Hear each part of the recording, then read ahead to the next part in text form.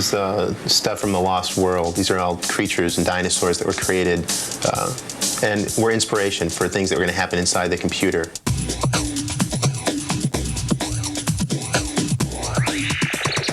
The challenge in Lost World is to create dinosaurs that were even more real than what we saw in the first film.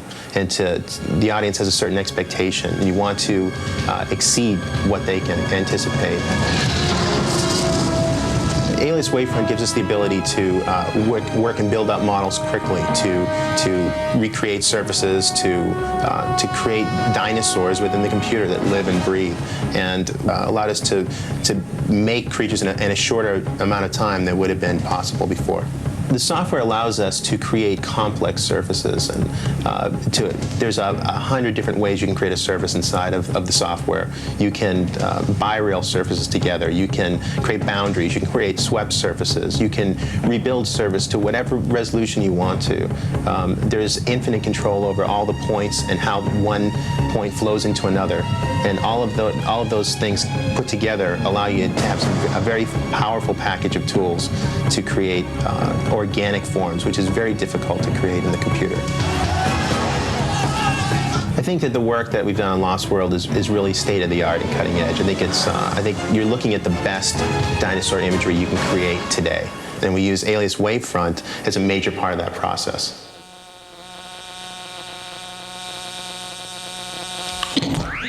We're on a location here on Monte Joe Young in Ventura County. When you're on a set and on a location, things change. It's basically a dynamic process, and you need to be present so you can help the filmmaker make the best choices. Where are they going to land? On Con Air, DreamQuest definitely was on the set. I think Alias Wavefront really helped us both in the compositing of the shots. There's some very elaborate, very large-scale miniature shots that had to be composited with live action, as well as some CG-type things, such as the Corvette that's being dragged between the C-123 that is used in the film. That's actually a CG Corvette dragging behind along with its cable. The plane was done with a real C-123, but in the sequence it's been damaged along the way, and so it's spewing this kind of plume of oil and soot out the back, basically like a trail, contrail. And so many times that wasn't possible to do because of the winds, or they just weren't able to actually project it. So what we did is we used the particle animation process of PowerAnimator to give the illusion of this trail coming out the back. There's a scene in the Con Air where a room, there's a man opening a box that turns out to be a bomb. It explodes and the big door comes out. We use Composer to do the compositing and the PowerAnimator to animate the door. DreamQuest is a big Alias wavefront user. I mean, that's basically the software that we use to do both our compositing and our 3D work. It's a very important tool in our industry. I use Alias wavefront PowerAnimator at Digital Main for the character animation that I do there. The Mercedes-Benz Rhino commercial was a commercial about advertising side impact airbags. So they picked the Rhino to be kind of a metaphor for like a concrete jungle in New York, a dangerous area where you might get into a lot of problems with that kind of a driving situation. You're inside a protective cage with front airbags and, get this, side airbags. We used Alias wavefront's PowerAnimator to do all the modeling and animation because we really like to use the constraint-based IK systems and using the expressions for the muscles and the folds and all the secondary animation that we needed to automate. I'm Virtual Andre. My serve. Alias wavefront fits into our motion capture pipeline effectively because it allows our software development team to use the open architecture to really supplement what Alias has and also supplement what we really need internally with our in-house tools. So they work fantastic together. When I'm working with clients on a day-to-day basis, it needs to be very quick, it needs to have great turnaround, and it has to have good results at the end, and that's what Alias wavefront does for me. Nice game. You suck.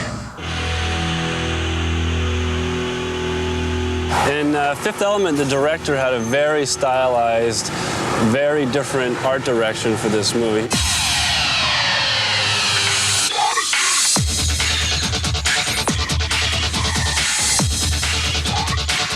We had to do things that weren't really done before, and one of those things was building New York City 300 years from now. We had to build a whole city within a computer, so it was going to be a lot of data. One good thing about PowerAnimator is the fact that it's very flexible. We were able to optimize our model and just streamline it down so that it became very light, and we got render times that were really good. The lights in PowerAnimator are really flexible. We were able to use them in a whole bunch of ways. I came up with like ways to use lighting that, as far as I know, no one's ever done before. It was just too bizarre.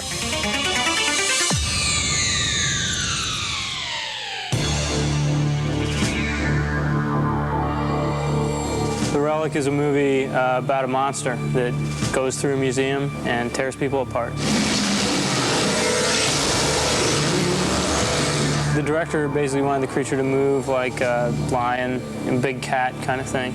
And so we did a lot of research into watching footage of big cats, and Alias wavefront was instrumental in putting in that type of movement. I knew because of the short schedule that right off the bat, off the shelf, we were going to be able to use Alias wavefront PowerAnimator to get all the muscle deformation and skinning of the creature done, do all the modeling of the creature. Studio Paint 3D is another tool that we used from Alias wavefront heavily on the project. We needed to really efficiently paint the surfaces and actually go through multiple variations of the skins of Cathoga. And it was good to be able to do multiple resolutions for these things. By the end of the movie, the director changed the whole ending of it, had him on fire and running around. That was a pretty easy process to go through.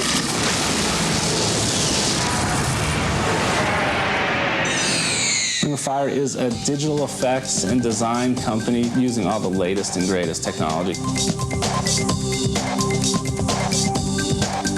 The real test is the commercial market, because you're dealing with very strict deadlines, very high-profile work, and very demanding clients. So there's no room for error.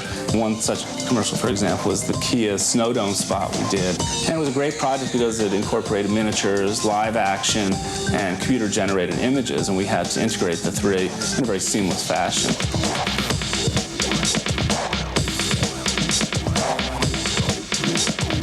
We created the snow elements within Dynamation and used them in Composer, hand animated certain 3D objects, as well as used the flow in Dynamation as an overall effect. I love being able to play with real-time animation. Lois and Clark is a very effects-driven show. The effects have to be over the top. They have to be great and wacky and bright and very visible. Well, Alias Wavefront is an essential part of making these effects, because we need to be able to get some simple models out there, get some textures done, get some geometry to follow for the particles, and put it all together and render it, and it's got to happen fast. The effects on a show like Lois and Clark need to be very interactive, and Alias Wavefront provides a kick-ass tool for that sort of work. Contact is a movie about space and what's out there and how we react to a possible situation of alien contact. My main challenge was modeling and creating interesting and complicated models that were to be used in the movie. I like Alias Wavefront the modeler especially because it gives me a hands-on feel to creating a model. I can manipulate images and take different tangents to different solutions. Speed in the creative process is very important to me in that I like to think quickly on my feet and do changes as soon as possible. And the tools in Alias Wavefront allow me to do that.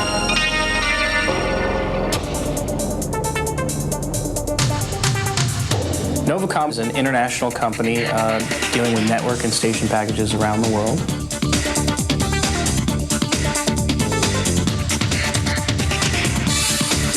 The Olympics project that we did was commissioned by the Olympic Organizing Committee, and it's been an award-winning project for us.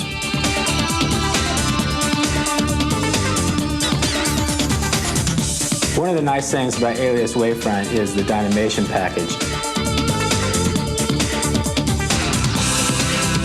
When the designers came to us with the project, we knew we had to have a package that could create flames and be able to recreate flames in a fast and efficient way. The texturing in the product is really nice. We can take and import just about any type of imagery and create shaders and textures and place those on the models to come up with the desired look. It really makes the project sing.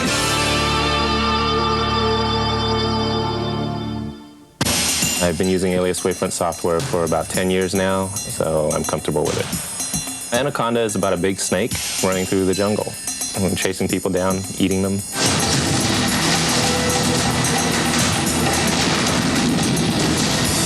Alias Wavefront software allowed us to model the snake very quickly, allowed us to make changes to the geometry, and their open model interface allowed the software group to write code for the effects that we needed to do.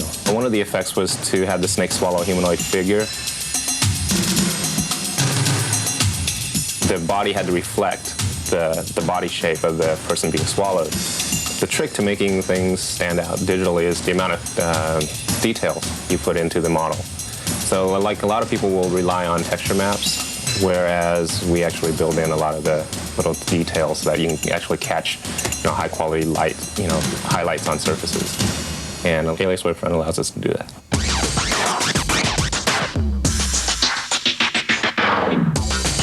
ウルトラマンは、日本の有名なヒーローですね。すごく有名で、30年ぐらい前からウルトラマンとても光栄なことでした。今回は2作目になるんですが、パワーアニメーターだとよく出るんですけど、よく出るんで、パワーアニメーターを使って結構うまくできたっていう部分も大変よくありました。それからパワーアニメーターの方ではアニメーションをやっている時にもっとこうエクスプレッションをかけたりとか。Alias wavefront very cool.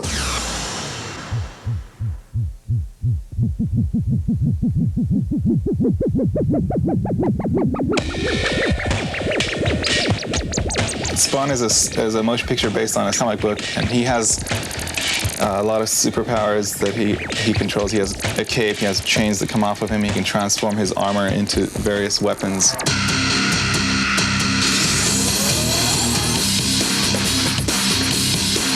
Initially, obviously, it was very challenging to come up with a way to have this cape be alive.